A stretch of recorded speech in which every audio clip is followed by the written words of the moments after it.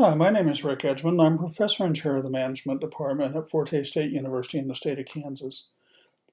Previously, through 2018, I was the research director of the Shingo Institute in the John M. Huntsman School of Business at Utah State University.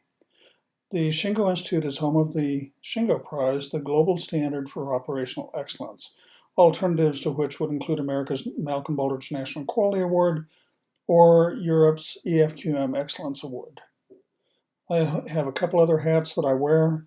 I am in a 20% role as Professor of Sustainability and Enterprise Performance of Aarhus University in Denmark, where previously I was a tenured full professor, and I hold an honorary professor position in the Faculty of Engineering at the University of Southern Denmark. So we're here today, however, to talk to you a little bit about just a portion of the Shingo model. The Shingo model is one that has 4 key dimensions. It's focused on enterprise performance to satisfy customers' key stakeholders, let's say.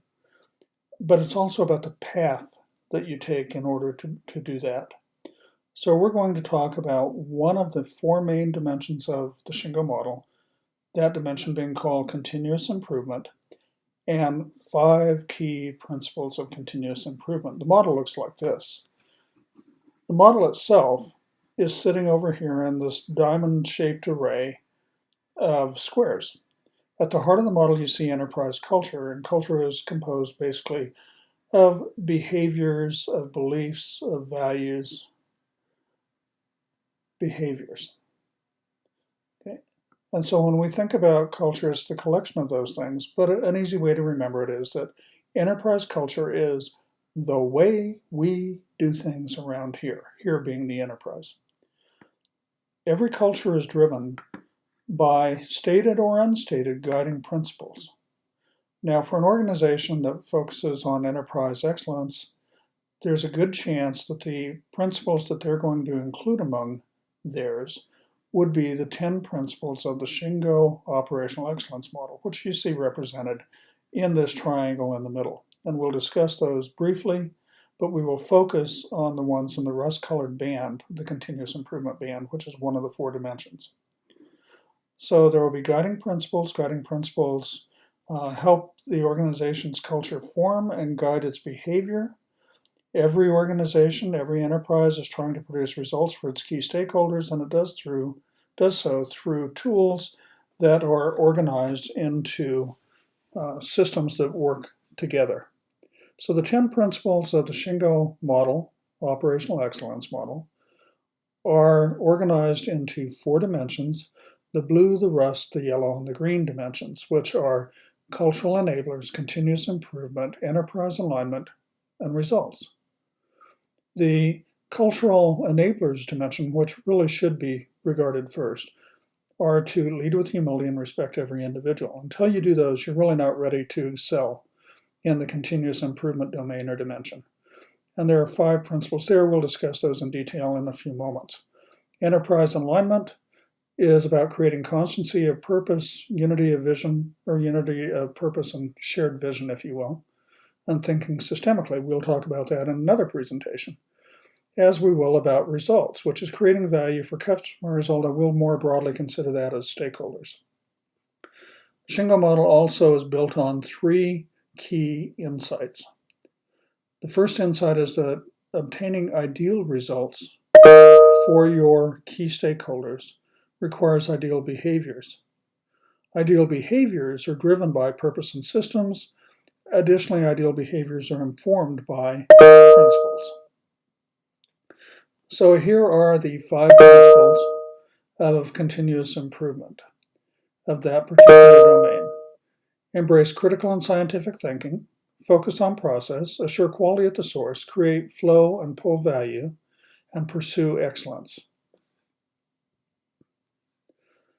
You should walk away from this, hopefully, having achieved the first 3 of these objectives. Better understand the Shingo model overall and continuous improvement dimension specifically. Deepen your understanding of the relationship among behavior, systems, and principles, and learn how system and behaviors drive results. The other 2 objectives that you see, number 4 and number 5, are ones that you would learn more about if in fact we were looking at, let's say, a 2-day workshop on this information instead of 35 or 40 minutes worth of presentation. Because in that 2-day workshop, or 3-day workshop perhaps even, you would be spending a good day learning about this information. You'd be spending another day applying this information. Because normally we would do this, let's say, at some particular enterprise. And one of those days would be spent observing, learning from the enterprise itself, and then providing maybe some recommendations to them on what it is that they might do better themselves to advance their performance.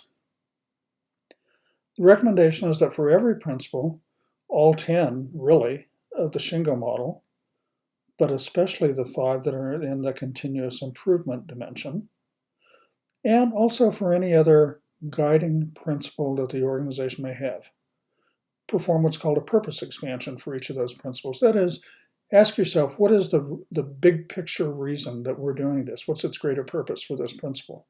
How does it help define and achieve enterprise excellence? What's the purpose of the purpose itself? And continue to ask that question several levels deep.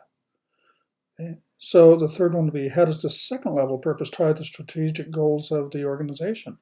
Keep on asking about 5 levels deep. And that's usually called 5 whys analysis. As you apply this to your own organization, you should be asking yourself, what did you learn about each principle from studying systems in your own organization? Do those systems support the principle? Do they work against it? Could they be improved? How might they be improved? Should other systems be developed? Should some systems be jettisoned? Ask yourself those questions. What are some of the current beliefs regarding the principles themselves? Because the beliefs about those principles will help guide behavior, whether good behavior or poor behavior. How do those beliefs impact behaviors then in your organization? And if you don't like those behaviors, and if you don't like the results that you're achieving, then you might look for exemplar organizations that practice these things very differently, so that you might be able to learn from them, so-called benchmarking. So within continuous improvement, what we're trying to do is move from entropy to integration. That is, the nature of most things in our universe, in our enterprises, is toward entropy.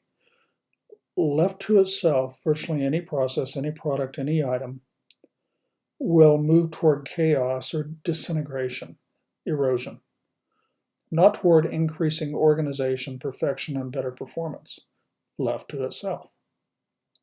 So what we're trying to do is be actively engaged in continuous improvement, and continuous improvement has a purpose. That is, effective and efficient integration of enterprise philosophy, guiding principles, systems, techniques, and structure to achieve sustained improvement and innovation in all activities, performance, and impacts on an uninterrupted basis, continuous flow. So one of the people that we turn to, one of the experts that we turn to historically is MASAKI MI. So MASAKI MI, Dr. MI, talks about KAIZEN. KAIZEN is interpreted often as continuous improvement. Continuous improvement is often misinterpreted as meaning incremental change, incremental improvement, small improvements that, with enough, build and build and build into something bigger. But the idea behind KAIZEN is not to limit the magnitude of the improvement, even though most of the improvements that are made in organizations that focus on KAIZEN, or continuous improvement, are incremental in nature and accrue over time. But the word itself looks at the magnitude of improvement being anything from minuscule to monumental. Let's see what Dr. MI says.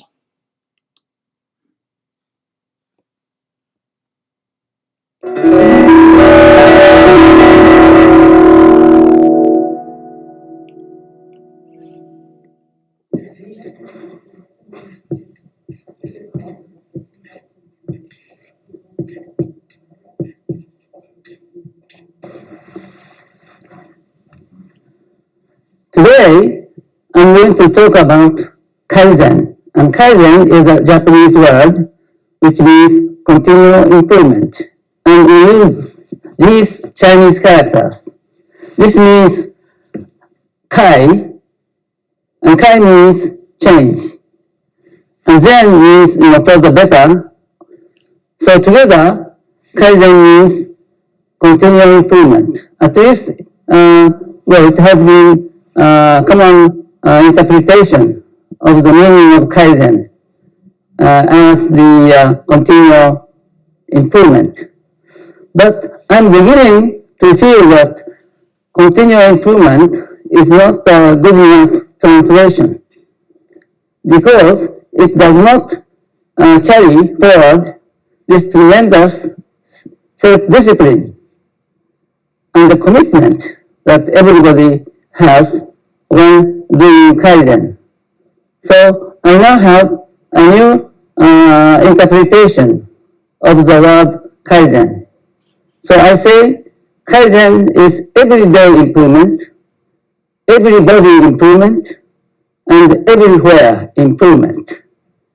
For instance, in some companies, people may have conducted some improvement project, such as Six Sigma, and they have completed some projects 3 months ago, and they are now taking it easy.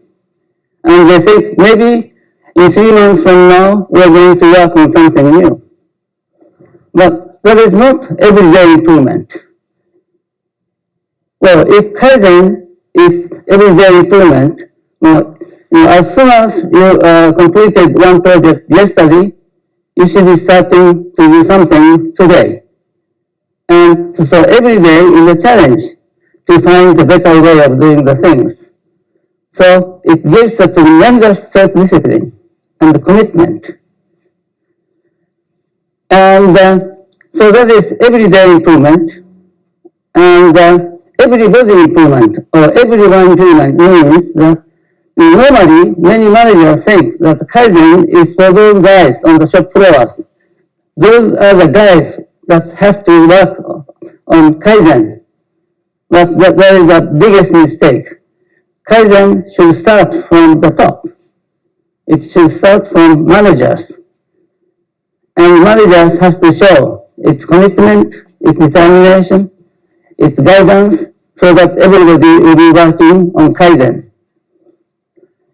And for that matter, the top management of the company has the most important role in implementing this Kaizen approach. And then every manager. Then it goes down to rank and file employees. If you are employing some part-time people, they should also be involved. That is meaning of everyone. And thirdly, I say Kaizen is everywhere improvement. Many people think that Kaizen is on the shop floor, on the manufacturing environment. But Kaizen is everywhere. For instance, in the offices, in the admin offices, or the technical people are developing new process, new product, or this sales and marketing people talking to the customers. The Kaizen is everywhere. It's not limited to the shop floor. So Kaizen should be introduced as a company-wide program.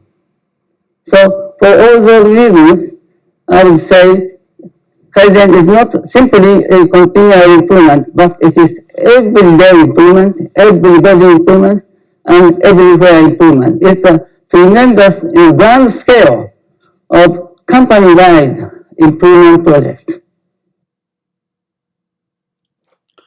The one place that I would take exception with Dr. MI is that he presented Kaizen to you as a strategic approach. And I agree with him. It can be highly strategic. It can be almost entirely tactical. But he presented Six Sigma in a way that was almost entirely tactical. And I will tell you that as a Six Sigma black belt who has worked with hundreds of organizations and produced in single efforts savings up to 240 million euros, that in fact Six Sigma can be deployed strategically at the organizational level, and in fact should be.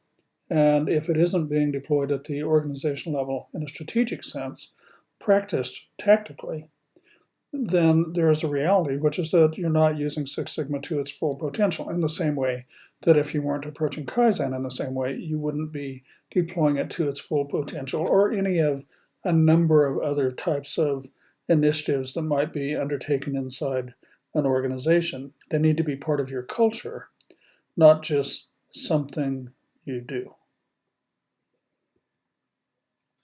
But what about improvement? Since Dr. Mai was talking about improvement, improvement usually means doing something we've never done before.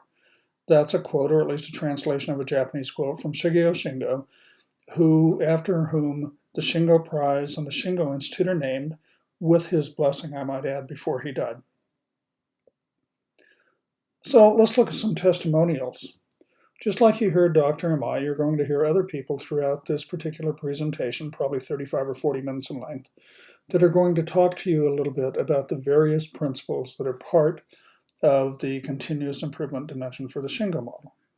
Let's hear what a few others have to say.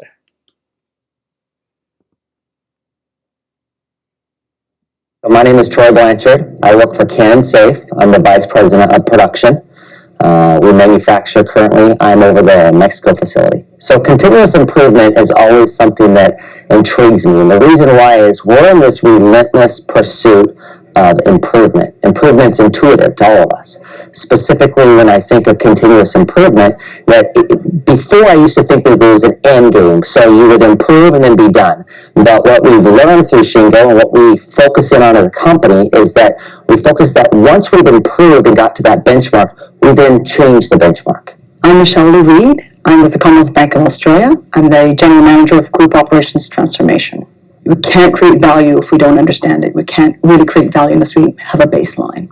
So we start to make changes. We can measure those improvements. So I think it's very important to start with measures that matter, and then aligning systems, tools, people, processes so that you can achieve those outcomes. And so it loops back, if you will, a little bit like plan, do, check, act. You've got to plan for value for customer. You've got to do that work. You've got to check by remeasuring. Did it give you the right outcome? And then adjust or act as necessary, and then do the loop again. I'm Dan Crystal from Mutual Omaha. I work in the IT department. I'm a manager of the continuous improvement area. One of the products that we have at Mutual Omaha is individual life claims. The value stream that we looked at to improve was the beneficiary calling up on a claim, notification of a death, and then the payment of that claim to the beneficiary. We looked at that process. Our lead time on that process originally was about 45 days from the point of notification to the point of payment. The goal was to reduce that down.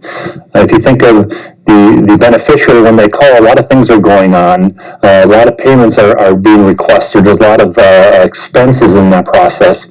And a lot of people buy life insurance to cover those expenses. So having a 45-day period from notification to payment could actually cause some hardship of the beneficiary.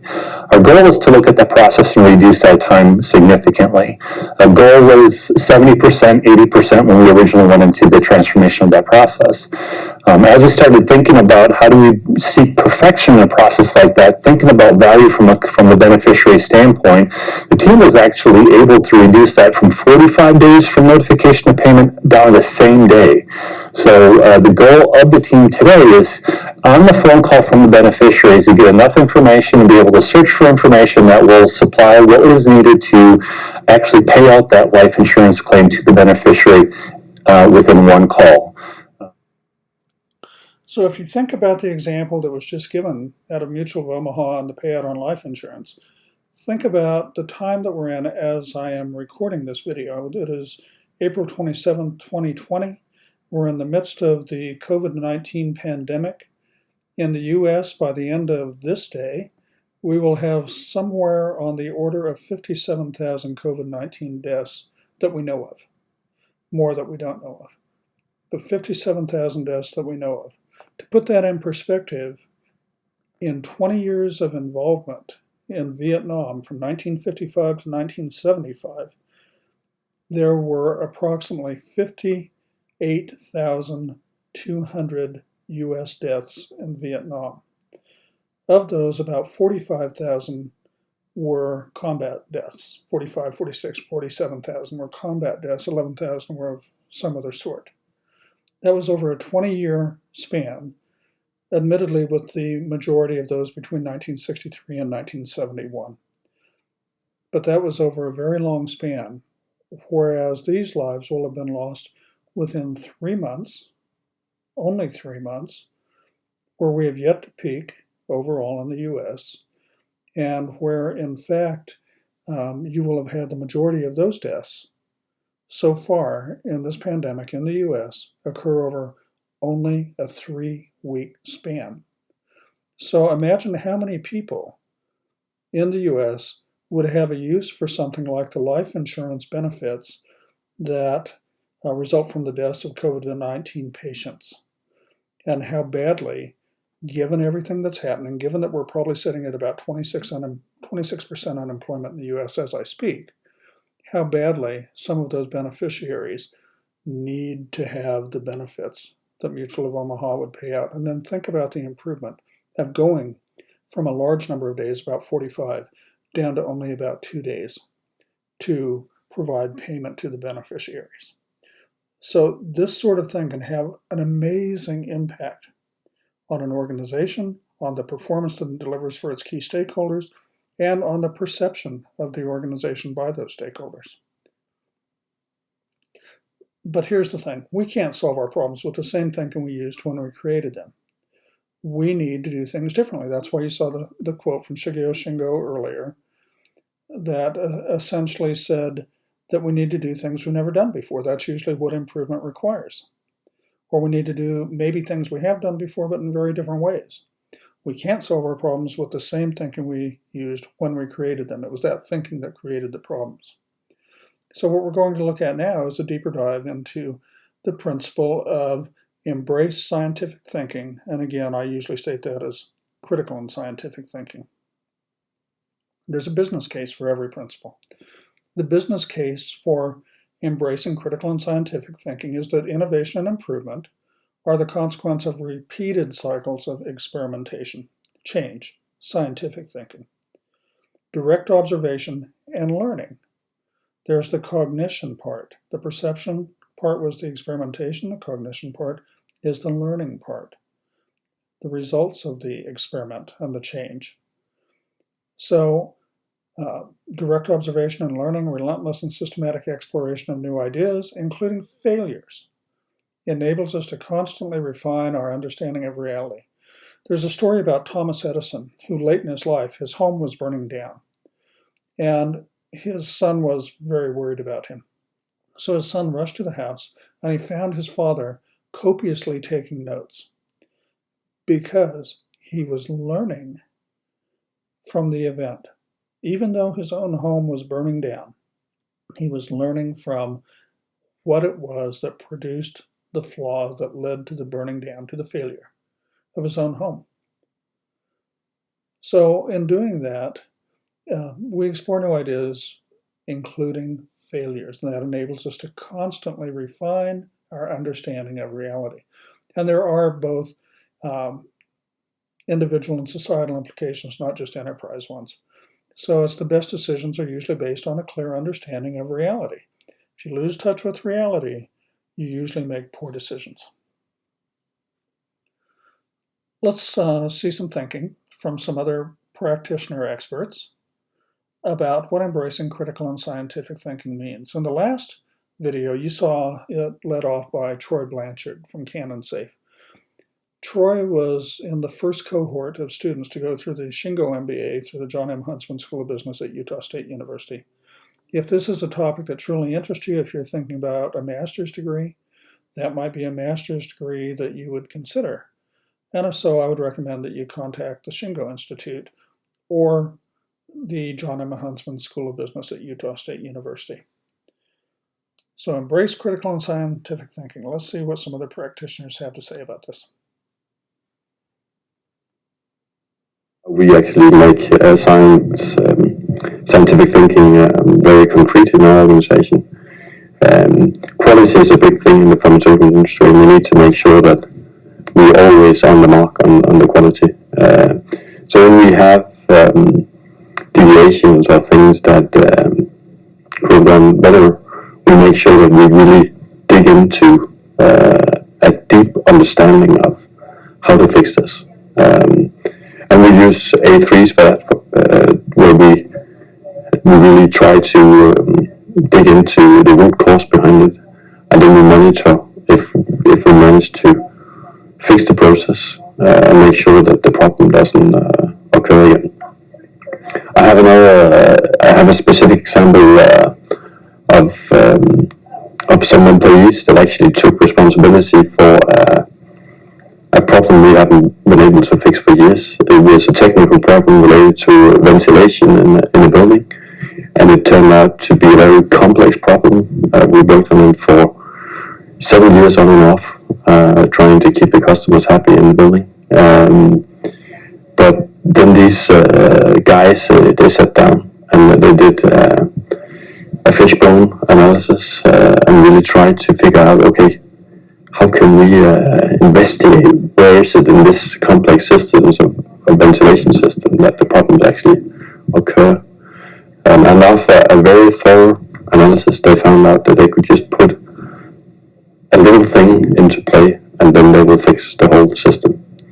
And this was three guys that have a technical background, and seeing them work in a structured manner with a complex problem and identifying the root cause, that's just amazing.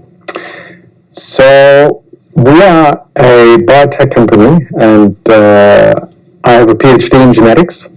So almost by default of what we do is use or deploy everyday scientific thinking.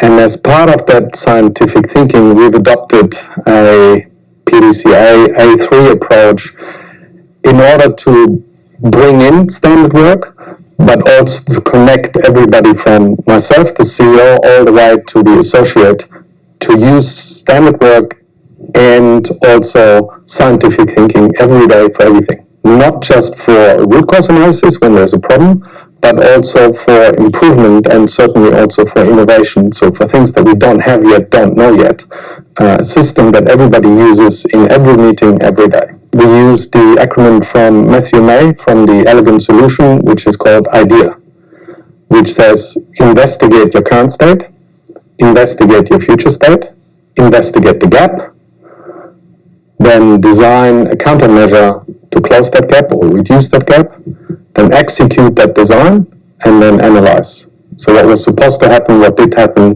why was there a difference, now you have a new current state. We call it IDEA 3 because we use an A3 sheet in order to do this.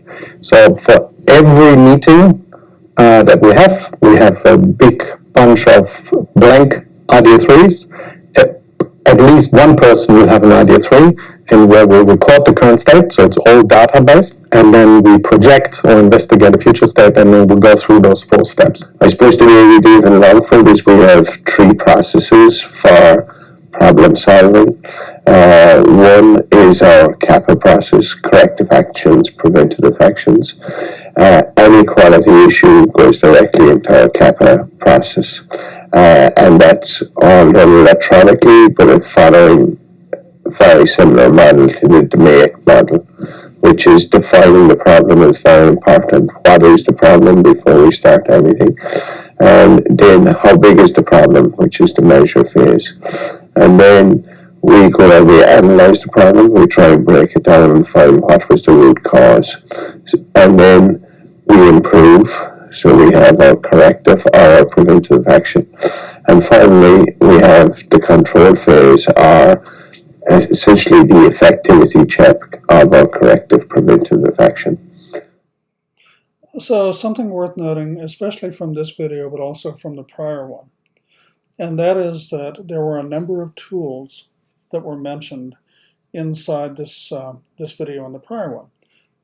Tools are a large part of continuous improvement. Knowing what tools to use, when to use them, and recognizing that there's a very, very large toolkit available in continuous improvement and more broadly in something like lean enterprise approaches or quality management approaches, quality control approaches, and so on. And so some of the ones that were mentioned, you heard the individual from Commonwealth Bank of Australia mention, as well as a couple people in this particular video, PDCA, Plan, Do, Check, Act. Sometimes it's called the Deming wheel, because Dr. W. Edwards Deming is the one who popularized it. Now, newer language that Deming used himself long before he died, more than 25 years ago at this point, is PDSA, Plan, Do, Study, Act. And the idea was that you plan a change that you believe will be beneficial to the process, you make the change, do, you study the results of the change, you act, which ordinarily will mean implement on a broader scale. Now, the way this is ordinarily practiced is a little bit more complex. It's usually conducted in initial study phase so that you know where you're starting from. Just as if you were taking a trip, you need to know your point of origin. So initial study phase, leading into plan, leading into do, preferably do on a pilot scale, because not every change that you think is going to be beneficial will be beneficial. And you don't want to do anything that you can't walk back unless you have no other choice. Initial study phase, plan, do, study the results of the change. Standardize your approach so that your solution will be more portable, so it doesn't become 20 different solutions in 21 different places. Standardize between study and act. And then that is a continuous improvement cycle. It's meant to go around and around and around. Start over, start over, start over. So what that means in part is that in addition to all those things, baseline, plan, do, study, standardize, act, go back into planning. In between the act and the next planning phase, you want to be able to hold the gains that you've accomplished. Always hold the gain, always hold the ground that you've gained. Try not to give it back. So you heard PDSA or PDCA mentioned, plan, do, check, act, plan, do, study, act. You heard DMAIC mentioned. DMAIC, define, measure, analyze, improve, control, is a huge part of the algorithm, if you will, that is applied by companies that use Six Sigma to advance improvements, identify and advance improvements. And each one of those stages, define, measure, analyze, improve, and control, have many tools that are available there. You heard at Lundbeck Pharmaceutical, Christian Hoberg, who's no longer with Lundbeck, he's left, but Lundbeck in Denmark. You heard A3, and you've heard A3 mentioned by someone else, maybe a couple different individuals. A3 is also another tool. And there were a few others that were mentioned. But the idea is that there are a lot of tools. Shingo emphasizes the cultural aspect, generally believing that others can provide the tool-based training to support that path toward enterprise excellence. And Shingo will, generally speaking, look at the cultural side, the behavioral side. So you really do need both parts. You can't assume that Shingo is everything. It isn't everything. It isn't intended to be everything. It is intended to especially supply the strength on the cultural behavioral side of enterprise excellence, recognizing that you can learn the tools that need to be supported from other sources. But nevertheless, you need those tools, and it's important to remember that. So how about looking into process focus? Focus on processes, they would say, within the Shingo context. Again, I'm going to say that the real idea is not focusing on processes, even though it's important. It is focusing on the optimization of a system, where a system is usually composed of multiple processes that work together.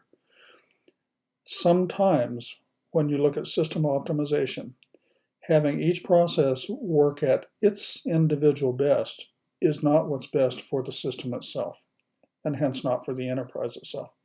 Sometimes you have to subordinate the interest of one process to advance the overall performance of a system. That's particularly true when you have competing processes that are competing for resources, and you have finite resources that are being competed for. So, perfection is achieved not when there's nothing more to add, but when there's nothing left to take away. That's a thought, anyway. That is, when there is no more waste. Excuse me. There is a business case for focus on processes. The business case is that all outcomes are the consequence of a process. It's nearly impossible for even good people to consistently produce ideal results with poor processes, both inside and outside the organization. There's a natural tendency to blame people when something goes wrong or something is less than ideal, when in reality, the vast majority of the time, the issue is rooted in imperfect process, not in the people. In fact, W. Edwards Deming, many decades ago, believed that 85% of the problems, started with 80%, of the problems that occurred in an organization were actually problems that were not the fault of the people. About 20% were. 80% were due to processes, and management had responsibility for those because only management had authority to make the necessary changes in the processes. Throughout his last decades of life, he moved from 80-20 to 85-15, and toward the end of his life, he finished at 94-6. 94% of the problems that go on in the organization are ones that are attributable to processes that only management has the authority to make changes in. Only 6% of the problems due to the people themselves. Don't blame the problems on the people, at least not in the vast majority of cases. That's the lesson to be learned here. Societal individual implications: great processes set people up to succeed. Poor processes set people up to fail. So let's look at a focus on process video and hear what some practitioners have to say about it. At Expert Development Canada EDC, about 3 or 4, maybe 5 years ago, we really started to provide a lot of training on lean. And through that training, people learned about the concept of focusing on process, not the person or the people. As that realization has sunk in, and we started to use visual metrics in the colors red, yellow, and green, conversations around red have become very safe because the conversations have become more about the process. And when working with other teams in problem solving, we've been able to, again, not focus on team blame or people blame, but really get into understanding the process behind things. So it's also helping our root cause problem solving. Really takes the conversation away from dangerous, unhealthy conversations into conversations that are more about the issues and the process elements of problems. It's even helping us with team effectiveness. We still use tactics like team building sessions and fun sessions for teams, but we also now understand that sometimes there's team effectiveness, reasons that are getting in the way of teams being healthy: lack of role clarity, lack of planning, lack of structure. So it's actually putting a new lens on the way we approach team health at the company also. We're also realizing that in order to focus on process, we need to know our processes. So it does drive process standardization and stabilization activities, mapping, documentation. The linkages between systems becomes very apparent when we really start to focus on process instead of people. For us, it's very important to focus on the process. So when we look for data, we go to the Gemba, we look at observing. Direct observation is very important to us, so that we collect true data, and then that all our associates or leaders can encourage good facts and data to prove our theories or hypotheses. So it's very important for us to make sure that we have sound data so that we can make the right decisions and improve our processes.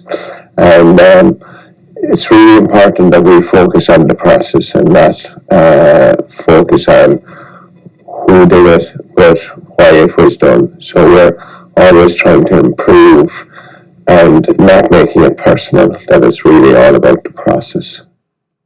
And there are some things worth noting in this video as well. So there were some other tools that were mentioned. For example, process mapping. In fact, it used to be that in certain portions of Hewlett-Packard, that if you went to someone with your problem, they would ask you, well, where's your map? Where's your process map? And if you said, I don't have one, they'd say, well, go get your process map and then I'll talk to you about it. But if what you really meant is, no, we've never done a process map on this process, then the message that you were communicating to them was that you weren't interested enough in your own process to learn about it and learn how it really operates, so why should they be interested in your process and helping you improve what you haven't taken the time to understand yourself. So process mapping was mentioned. In a prior video, standard work was mentioned. So again, you're hearing the importance of tools that's coming out within the continuous improvement area, the continuous improvement dimension of the Shingo model, and its 5 principles. So look at that. You also heard a little bit of vocabulary, which I don't think you've heard previously, at least in this particular presentation. You heard Sean Kelly from Abbott Labs in Ireland say they go to the Gemba. Now that's standard vocabulary in lean enterprise, places where they emphasize lean approaches. Go to the Gemba means to go to the place where the work is actually done. So rather than theorizing about some particular solution that you think will solve a problem out there somewhere in your organization, the idea is to go and see for yourself. Eyes open, ears listening, but with you mostly quiet, only asking questions, and then learning from the people who are really involved with that in that particular area, with that particular problem, who probably know more about it than you do, so that you can learn. Go to the Gemba, to the place where the work is actually done. How about assuring quality at the source? What does that mean? Fundamentally, what it means is that we never knowingly pass on a flaw or an error to someone else. If we need to, we stop the process. We stop the assembly line right there. And we do that so that we can correct whatever it is, not just the flaw or the error, but to try to correct whatever it is that caused the flaw or the error, root cause analysis. And not just root cause analysis, but root cause correction analysis or solution. So that's what we're looking for, is never knowingly pass along an error to someone else. If you go to an automotive production plant, a lot of times you'll see that practiced through something called andon cords. And when a problem arises, the person grabs the cord, pulls the line, light goes red, not yellow, not green. Light goes red, usually from green to red, so that things are stopped, the problem is corrected. After it's corrected, light goes back green, things go on. Never knowingly pass along a defect or a flaw. There's a business case for that. Perfect quality can only be achieved when every element of work is done right the first time. If an error should occur, it must be detected and corrected at the point and time of its creation. Now there's more to the business case than just saying that. Ordinarily, we accept that there's a scale of cost, that if you identify the flaw and correct things that early, there's a 1 monetary unit cost. If you identify it just before it goes out the door, there's a 10 unit cost. If your customer identifies it, there's a 100 unit cost. So what we're trying to do is drive down cost in part by identifying early down to that 1 monetary unit scale. And then there's societal and individual implications as well. That quality is optimized through ownership and connectedness. Okay, this is my process. I have pride in my work, and I am connected to the people before me and beyond me. And I will not hurt the person beyond me just as the person before me didn't hurt me by passing on knowingly a flaw. We'll see what that can look like in organizations.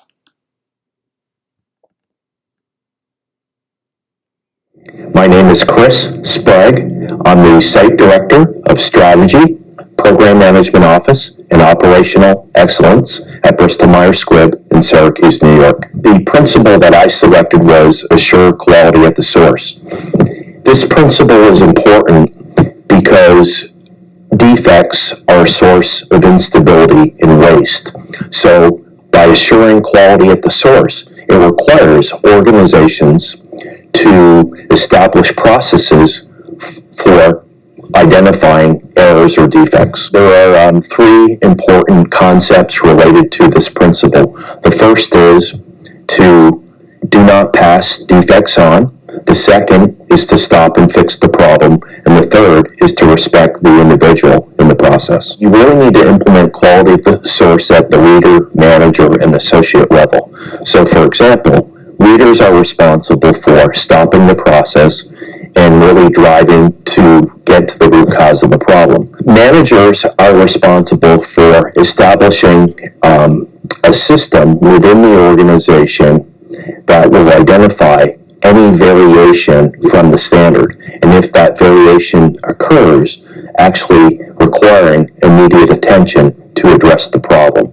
And the third area is from an associate standpoint, and associates are really responsible for following the principle, which is do not pass defects on, and that really requires a change in their mindset to one of ownership and accountability. In terms of applying quality of the source within my organization, I've seen two primary benefits. The first one being that we've established more stable processes, and the second is that we've seen a significant positive trend in terms of our right first time metric.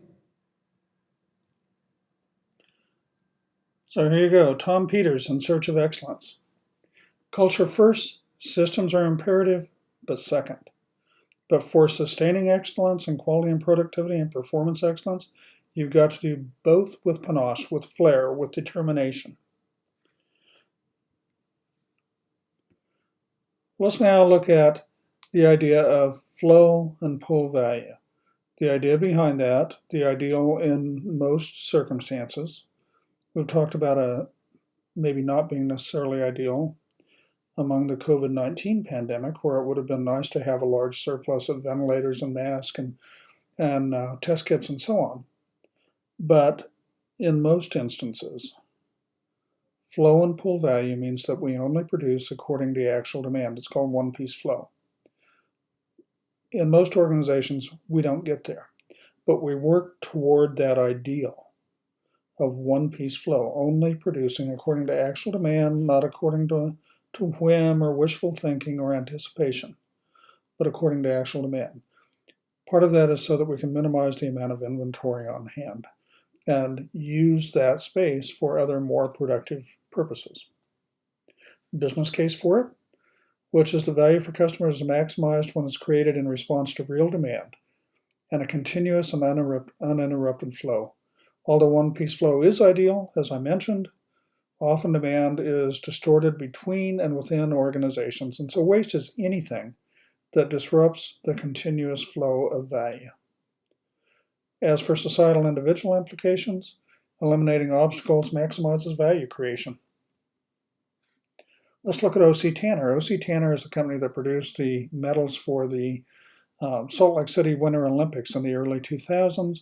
They tend to focus on reward and recognition sorts of programs. They provide some really excellent reports in terms of treatment of human resources. They are the best company I've ever observed in terms of how they treat their people and how well their people know and practice the culture in the organization. I've visited O.C. Tanner's plant in Salt Lake City many times and know a number of the people that are there. I remember having mounds of work everywhere. We had 28 some odd departments, and the only flow I think we might have had at all was at the process you were working. Besides that, there was a lot of stops, batches, queues. We had these large queues that had to have a full team of people running the queue. And I also remember we used to make extra orders, extra product with our orders, because of not knowing if it was going to be lost, or because it took such a long time to get reworked, we didn't want to have to go all the way back from the beginning. So if we had a 10-piece order, we'd make 15. So it would help us, figure out how to adjust to our scrap rate, or we lose things. So it was a mess. And I remember making orders of one, where I was only calling for one, we made two. I thought that was just, I didn't know much about manufacturing back then, but I thought it was really ridiculous, actually. I remember having a lot of problems with other people. And it wasn't, the people were bad, so to say, but the problems that were presented caused the people they're to blame. They weren't seeing eye to eye, caused a lot of conflict, a lot of debate, a lot of arguments, a lot of tempers, because everyone would blame each other because we didn't know the answers. It was just a mess. So I think it actually hurt our relationships that we could have had back then because of just the natural broken processes we were working with. It was a disaster. We were meeting with management, talking about going from 6 weeks to a day, maybe a little bit, quicker than that. I laughed. I laughed about it. I thought, there's no way. This is crazy. It takes us days and days and days just to get stuff out of the department I work in. How can they bring all this together across 28 some odd departments and then some to 1 hour or even a day? I thought that it could be the end of my career someday here because I didn't believe in it. I thought they were nuts. I thought we were going to go down the wrong road. And so I thought maybe I need to find another place to work, because I don't see this happening. And I'm looking for some people that aren't thinking straight. As we transitioned into, creating better flow, the first initial steps were a little bit tricky. We had some problems with communication and seeing each other's areas. And when we started transitioning and bringing things together, it made it a little bit more rockier for a time, because we got to learn each other's processes. If I polished for 20 years, now I got to learn more about what the process after me does. And so there's a lot of communication that had to happen there and team building. I would say that at this time, it really helped everyone grow stronger together. We think about more in the bigger picture. It's not my world versus your world. It's not what that area does or what this area does. At first we thought, God, they're crazy. We want to do what? One order at a time? What? We're going to get that in what? 1 hour? We never saw the finished work, so we didn't know what it looked like. Right. And now we see it from first to the end, so we know what it looks like. And that's a big difference, Before we would just press it and off it goes. We don't even know how it's shipped or anything. But now, like Joanne said, we see it from start to finish. Mm-hmm. And so we see the finished product. We see what the customer is going to see. And we take pride in that. We did that. It's a beautiful emblem. It's neat. It's a team effort. Yeah, no, To do it as a team, and if there is a problem, we get right on it, because with the one piece flow, it shows you catch the problem right up. Yeah, we catch it sooner than later. It goes out. Mm-hmm. And we enjoy it. We like to get we just got a bunch of orders just out.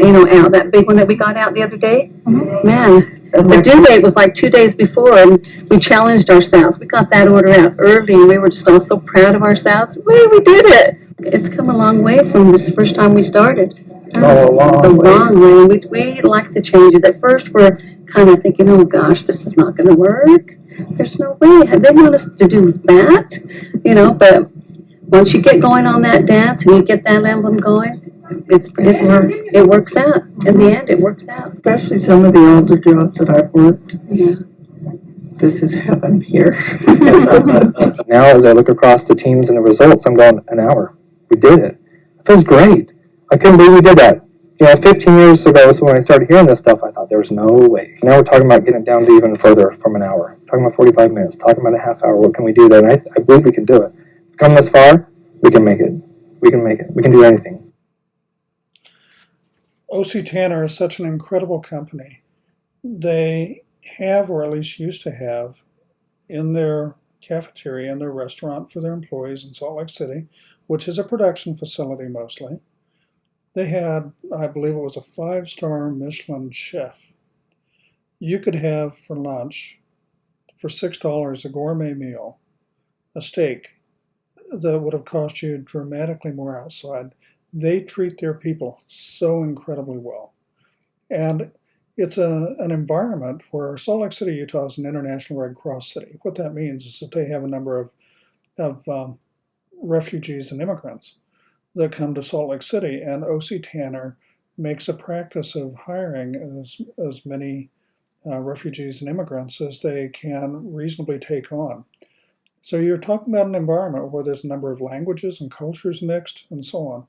But the treatment of people, how well they know the culture, how well they practice things and exercise it, how well they know, even if they don't recite word for word the Shingo principles, is just amazing. I've never seen a company treat its people so well as OC Tanner treats its people. So let's see just another video on flow and pull value. As part of the Shingo process and the principles, We've been concentrating on several areas within Shingo. Flow and pool value is one of those. We're in financial services and have a sizable customer base associated with that. So how do we begin with flow and pool? What's the bias there? Well, there is no bias for us. Flow and pool works perfectly in our environment in providing customer service. One example is how we use the flow and pool value system in our beneficiary area. The power of a single piece of flow is pretty evident for our customers because it does a few things very particular for our customers. It quickens the pace or the speed of delivery of the product. It's faster.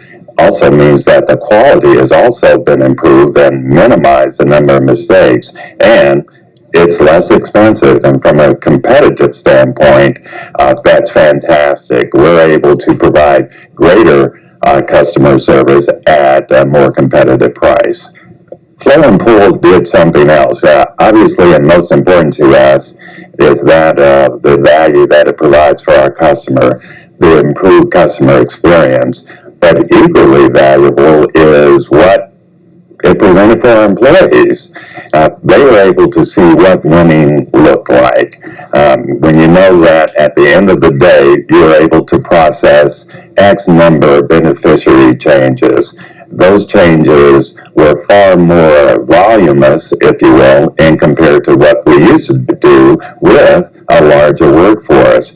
So our employees were able to see that aspect of it, and that in turn increased their pride and passion about the work that they perform. So you should have noticed that there are a number of commonalities among some of these companies. You see a number of insurance companies that use the Shingo model and in general pursue operational excellence. A number of pharmaceutical and healthcare financial services. It isn't just for manufacturing. It certainly started in manufacturing, but what most people don't realize is that about 98% of the jobs in America are service jobs. Financial services, marketing, management, whatever the case may be. Providing food, they are not manufacturing, they're service jobs. Only 2% of the jobs in America are manufacturing jobs. Now, manufacturing organizations actually employ far more than 2% of the people in the US. But in terms of the jobs themselves, the duties and responsibilities, only 2% of the jobs in America are directly manufacturing. So how about seeking perfection? What do we mean about seeking perfection? Well, here's one perspective. The perfection is lots of little things done well. There's a business case for perfection. We recognize it as a destination that we never reach. Nevertheless, we like to approach it as closely as we can before it moves farther ahead, and we push ourselves farther ahead toward it again. But perfection is an aspiration. It isn't likely to be achieved, but the pursuit of it creates a particular sort of mindset and a culture of continuous improvement. The realization of what's possible is limited by the paradigms through which we see and understand the world, our worldviews, as they're called. Societal individual implications, people have an innate desire and an ability to improve that's only limited by their expectations. So why not set expectations high, but legitimately high? It's unreasonable to expect great things out of people without providing them with the necessary resources and training to achieve those things. The systems, the processes, the tools, the training, and so on. So let's look at a company that has won many Shingo Prizes, mostly plant-level prizes, in Russia, in Brazil, all over, in Mexico, because Rexam is now part of Ball. So many of you are familiar with mason jars or Ball jars, and Ball acquired Rexam a few years ago. So you're seeing Rexam because it was Rexam when this particular plant and these particular people happened to win a Shingo Prize.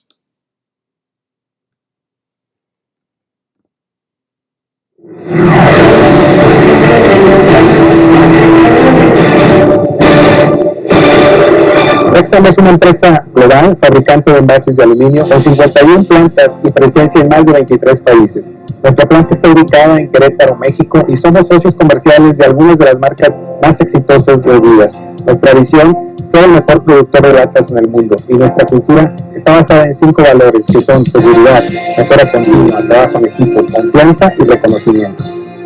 En Rexam dirigimos nuestros esfuerzos a lograr la mejora continua sustentable en nuestros procesos, productos y servicios.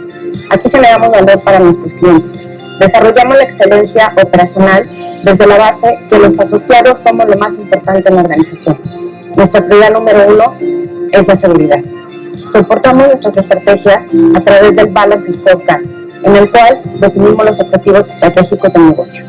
En Rexam, lo más importante son nuestros asociados. Siendo una estrategia de negocio el construir una organización ganadora, enfocamos nuestros esfuerzos para trabajar en un ambiente de seguridad, reconocimiento, confianza y respeto por el individuo, además de desarrollar el personal para la obtención de los mejores resultados para ofrecer a nuestros clientes los mejores envases de aluminio. En Rexam, estamos interesados en ser un socio de nuestros clientes y anticipar sus necesidades. Mantenemos una relación estrecha con ellos y nos aseguramos de encontrar siempre nuevas formas de agregar valor a nuestros productos. Para lograr esto, ofrecemos a los clientes innovación, asesoría técnica, respuesta a nivel de urgencias y un tiempo récord en el desarrollo de nuevos productos. Una manera de lograr alinearnos para generar valor y dar resultado a través de nuestro sistema de comunicación ha sido las reuniones que tenemos grupales, donde nos escuchamos, nos capacitamos, nos reconocemos y trabajamos en equipo para buscar siempre la mejora continua en todo lo que hacemos. En Rexam, la mejora continua es uno de nuestros valores. Buscamos la perfección escuchando las ideas de nuestros asociados, ya que el aplicar el talento de la gente es vital para obtener resultados sustentables. Trabajando con esos principios generamos compromiso y comportamientos ideales. Todos los asociados reciben entrenamiento en sistemas como TPM y 5S, entre otros, creando equipos de trabajo autosuficientes. La adopción del modelo Shingo ha impulsado nuestros sistemas y nos ha puesto en el camino de la excelencia operacional.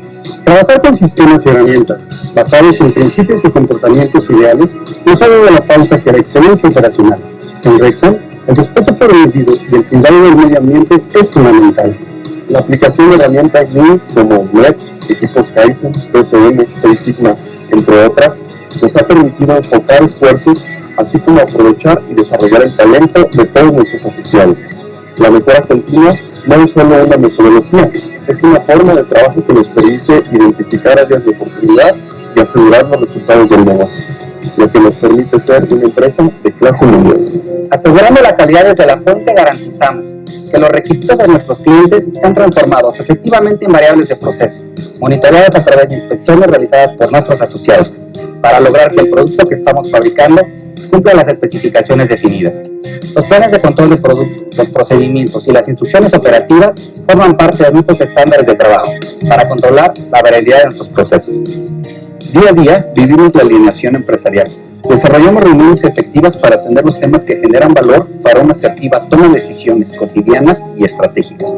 Así, enfocamos nuestros esfuerzos en la dirección correcta, junto con la administración diaria y trabajo estándar. En Rexam disfrutamos hacer nuestro trabajo con pasión. Las mejores ideas siempre vienen de aquellos que hacen las actividades día a día. Es por eso que en Rexam siempre ponemos atención a las inquietudes de todos los miembros de nuestro equipo de trabajo. Eso es liderazgo con humildad. En Rexam trabajamos para construir una organización ganadora. Me siento muy contenta de trabajar en esta empresa porque yo soy lo más importante para Rexam. El trabajo en equipo ha sido el camino para la mejora continua. El modelo Shingo ha sido clave para nuestro desarrollo organizacional. Y es por esto que confirmamos nuestra visión, ser el mejor productor de latas en el mundo.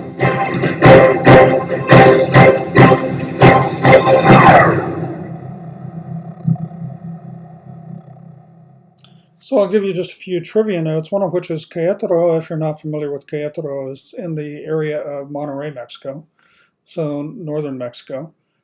Aside from that, you see that, of course, it was a Mexican manifestation of Rexam. But what you should have seen in this video is that the Shingo Prize and the Shingo model are used in so many places. Just within the context of this video, or not this video, but this particular presentation, you've probably seen Mexico, Canada, the US, the UK, Ireland, Denmark, during my time with the Shingo Institute from 2015 through 2018, and I still maintain a formal connection with the Shingo Institute. We had Shingo Prize winners or bronze or silver medallion winners, which are the third and second tiers, more or less like a bronze medal and a silver medal in the Olympics.